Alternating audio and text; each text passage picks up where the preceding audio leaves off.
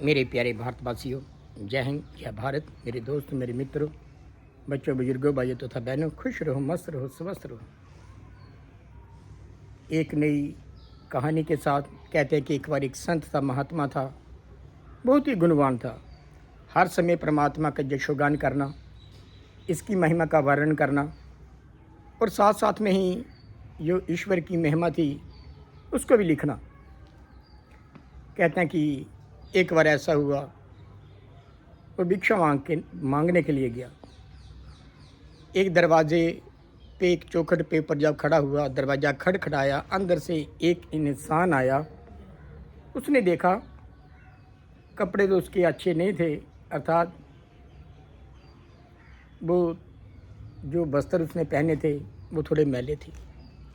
वस्त्रों को देख के वो उस संत का, उस महात्मा का अपमान करने लगा, बहुत अपमान किया।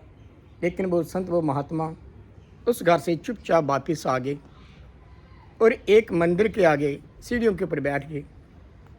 कहते हैं उधर से एक सेठ आया। उसने उस संत को देखा, महात्मा को देखा और उसको कहते हैं कि भोजन भी दिया। उसके साथ ही कहते हैं कि बड़े सुंदर वस्त्र भी उसको दे दिए। उस महात्मा ने, उस संत ने वो सब ले लिए। कहते हैं कि दूसरे दिन उसने वही वस्त्र पहने, बड़े अच्छे वस्त्र थे। कहते हैं वस्त्र पहने, फिर दूसरे दिन वो उसी घर में चला गया जिस घर में उसका अपमान हुआ था। कहते हैं कि भिक्षा के लिए फिर दरवाज़ा खटखटाया, अंदर से वही इंसान बाहर आया। उसने देखा इतने बढ़िया इसने वस्त्र पहने हैं, उसको पहचान नहीं पाया। जल्दी से अंदर बुलाया और खाना परोसा, उसको दिया, मान सम्मान करने लगा। कहते हैं कि जो ही आगे उसके खाना परोसा, उस संत ने, उस महात्मा ने क्या किया कि जो खाना परोसा था वो अपने कपड़े के ऊपर फेंकना शुरू कर दिया। वो इंसान बड़ा हैरान हुआ। कहता कि महात्मा जी, आप क्या कर रहे हो? मैंने तो आपको खाना दिया था खाने के लिए, लेकिन आप वस्त्र के ऊपर फेंक रहे हो, इसके ऊपर डाल रहे हो, इसका कारण क्या है?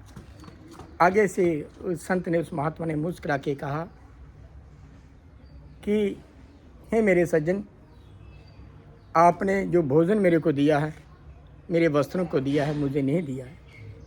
अर्थात कल मैं आया था, आपने मेरा अपमान किया, आज मेरे वस्त्रों को देख के आप मेरे को भोजन करवा रहे हो, मेरा मान सम्मान कर रहे हो, इसलिए मैं वस्त्रों के ऊपर ये खाना फेंक रहा हूँ।